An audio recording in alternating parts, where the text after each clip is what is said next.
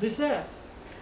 Today I have the honor of presenting Dora Alvarenga. She is currently enrolled at South Puget Sound Community College in the ESL program. Dora has been in the ESL program for about a year on and off due to work opportunities. With the time that we have together, I want to tell you about the life that Dora had in her country, the trip from her country to the United States, finally the life that she has created here in Washington. I want to take a couple of minutes and give you a little bit of information on the country that Dora is from, El Salvador. I have a PowerPoint and I'm going to pass around the slides so that everyone is able to see.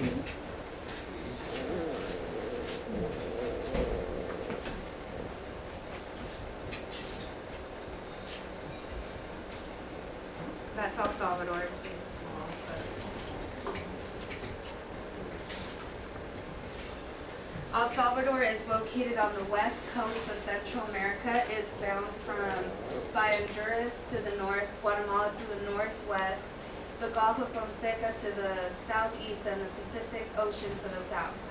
El Salvador has a tropical climate that is characterized by warm temperatures during the day and cool nights, except for the coastal plain. And it is also known as the land of volcanoes, frequent and sometimes destructive earthquakes and volcanic activity, extremely susceptible to hurricanes. And that's El Salvador's flag.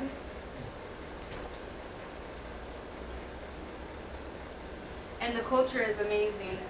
This is called, they have mercados. It's like a market where they go and sell food. And this is at San Miguel.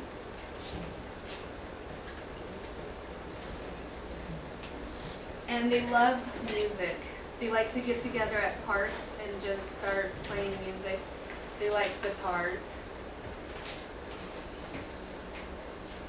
And then a great place to go visit is the town of Santa Ana. There's a whole bunch of historical buildings and places to go visit. Another great place to go and visit in El Salvador is La Libertad. Many people think of El Salvador as a dangerous place, and for at least 90% of the country, it's a bogus reputation.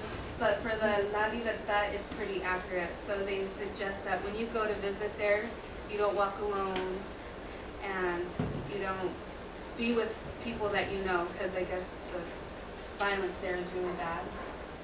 But that La Libertad is one of the places in El Salvador that receives a steady flow of foreign visitors. And here is an active volcano in El Salvador. It's called the Izalco volcano. It's one of the youngest volcanic cones in the Americas. The lake is sunken deep with the base of a huge volcanic crater, and it's overshadowed by the sharp peaks of Cerro Verde.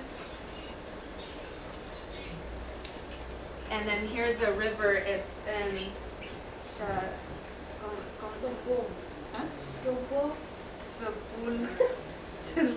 Chalatenango. Has some weird names. Thank you.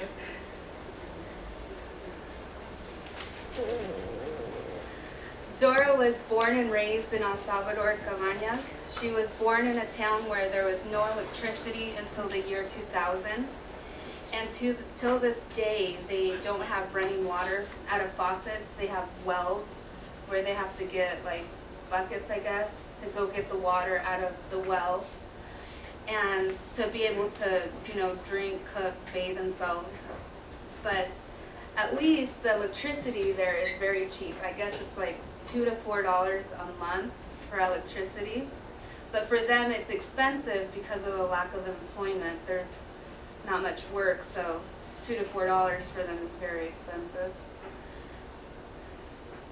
Dora is 25 years old. She is the 7th out of the 9 brothers and sisters that she has. When Dora turned 16, she left her small town to go to the city of Susentepeque for 2 years to be able to help her parents financially. So she had to quit her schooling to help her family. In those 2 years, as a live-in babysitter for a middle-class family, she decides to come to the United States in the year 2000. Her dream was to become financially stable and to be able to travel.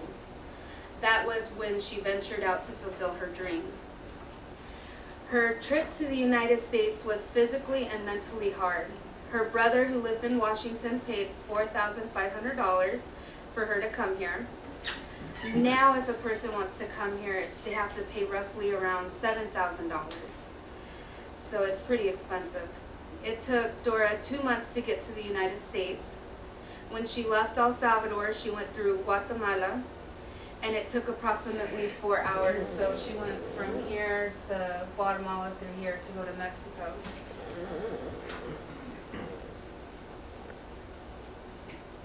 From Guatemala to Mexico, it took a month and a half. What they need to be careful when they're coming from Guatemala to Mexico is not to get caught by the Mexican police, because Salvadorian or anybody that is not a resident or that is a resident of Central America is not welcomed in Mexico. So many people have gotten killed or brutally beaten because they're not welcomed. It's a huge racist issue that they have between El Salvador and the Central America and Mexico. So the people have to be quick to move from house to house until they get to the frontier of Mexico. From Mexico to the U.S., she walked 48 hours in the United States. She walked 48 hours from the desert to get to the United States. And they just had a little bit of water and maybe some salt, some crackers if they're lucky. One story that she told me when she was started to walk, the person that is guiding them told her to bring a gallon of water, and she didn't want to bring the gallon of water because it's really heavy. Because I mean, you're walking for so long, you don't want to be carrying stuff. But they made her carry the gallon of water, which was for her safety. But many people don't make it because of the dehydration.